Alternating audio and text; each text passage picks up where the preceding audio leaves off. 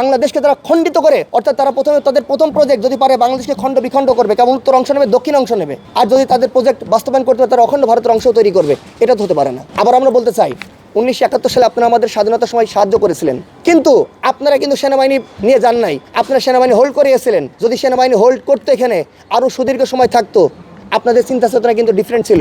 এটা বুঝতে পেরে বাংলাদেশ সেনাবাহিনী তদানীন্তন সময়কালে বাংলাদেশ সেনাবাহিনী তৎপর সিদ্ধান্ত গ্রহণ করে আপনাদেরকে পুশব্যাক করতে বাধ্য করায়। কিন্তু পরবর্তী যখন 1972 সালে আপনারা ফেল করেন, পর 1973 সালে লেন্দুক দর্জি, জানেন আপনারা কাজী লেন্দুক দর্জি সিকিমের, তাকে প্ররোচনা করে, বারংবার প্ররোচনা করে তাকে পরবর্তী সেখানকার সরকারকে হটিয়ে তাকে প্রধানমন্ত্রী বানিয়ে 1 বছরের মধ্যে সিকিম দখল করে নাই। আমরা দেখছি বারংবার বাংলাদেশের উপরে এরকম নীল চক্ষু নিক্ষেপ করছে একটা নির্দিষ্ট শ্রেণী।